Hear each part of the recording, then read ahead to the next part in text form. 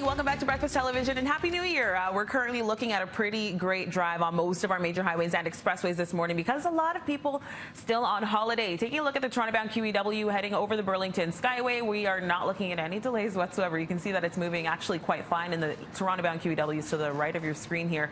We're also looking at a pretty great drive on the eastbound QEW, moving through Burlington, moving through Oakville, and moving through Mississauga. So very nice drive through these areas right now. And the Gardner is also moving very well in towards Toronto, but it's actually starting to look a little bit busy to the left of your screen here, but it's not slow. That's the key word. Just outside of our view in Durham region, we do have some emergency construction happening around Brock Street. Left lanes on both sides of the highway blocked with that emergency road work and not causing you any major delays this morning. That's a look at your drive. Now over to you, Frankie. Good morning. We're going to start off. Thanks, Steph. Happy New Year to everyone on this January the 2nd, where we're waking up to 3 degrees in Toronto. Friends in Muskoka, you're waking up to -3 this morning. To Ottawa, where I was just a few days ago, -4. Good morning to you there. And to Windsor this morning, sitting at about +1.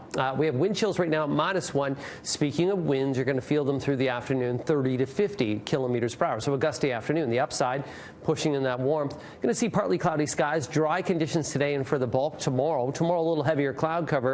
And then tomorrow night, a risk of some flurries, and we could see wet snow on Saturday. Highs today of 7, as we mentioned, continuing mild tomorrow at 7 degrees, +1 on your Saturday. The overnight low for tonight, right around 4. Let's look at your next 3 days. Weather-wise, have a good one. Now it's on to your news. Thank you, Frank. And we begin from our streets. A double shooting leaving one man dead, a second with life-threatening injuries. 680 News reporter Carl Hansky is there with an update. You can see the bullet holes along the driver's side of this black Hyundai Sonata here, right by Dundas and River Street, where the looks like to be a double drive-by shooting occurred around 10:30 last night. Residents tell me they heard several gunshots, at least 7. It appears 2 males were inside that car when it looks like a gunman in another vehicle rolled up alongside and opened fire. You can see the shell casings that were on the ground, the evidence markers, the bullet holes alongside of the car. One of the males inside the car, a 21-year-old, has died. The second male remains in hospital in critical condition. The shooter obviously took off. This is Toronto's first confirmed homicide of 2020. At Dundas and River Street downtown. I'm Carl Hansky, 680 News. And to world news now, the Australian state of New South Wales declaring a 7-day state of emergency because of devastating wildfires. This declaration begins tomorrow before conditions are expected to worsen this weekend. Officials are racing to evacuate beaches where thousands of people have been sheltering to escape the fast-moving bushfires along the country's southeast coast. Families are packing supplies into vehicles, lining up to get out. The state's premier explaining the decision and what it means.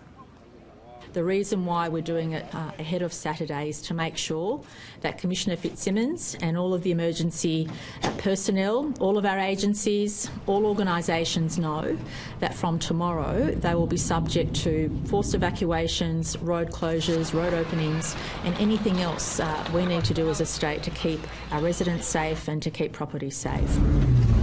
Scorching temperatures and high winds are fueling more than 200 fires in New South Wales and Victoria. At least 17 people have died. More than 1,000 homes have been destroyed in what is now Australia's worst wildfire season on record. Taiwan's top military official, General Shen Yiming, is among 8 people killed in a helicopter crash today.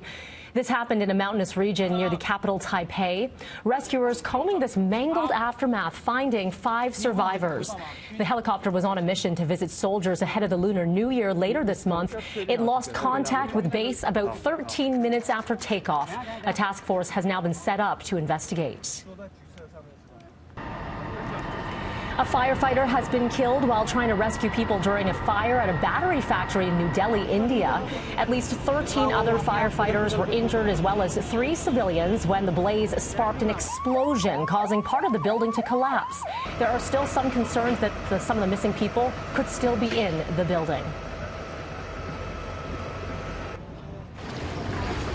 And deadly floods that have turned Jakarta's streets into rivers have now left tens of thousands of people homeless.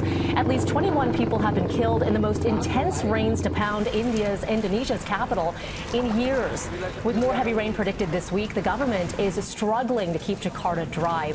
Illegally dug wells and climate change have caused the city to slowly sink. It's part of why Indonesia is moving the capital to another part of the country.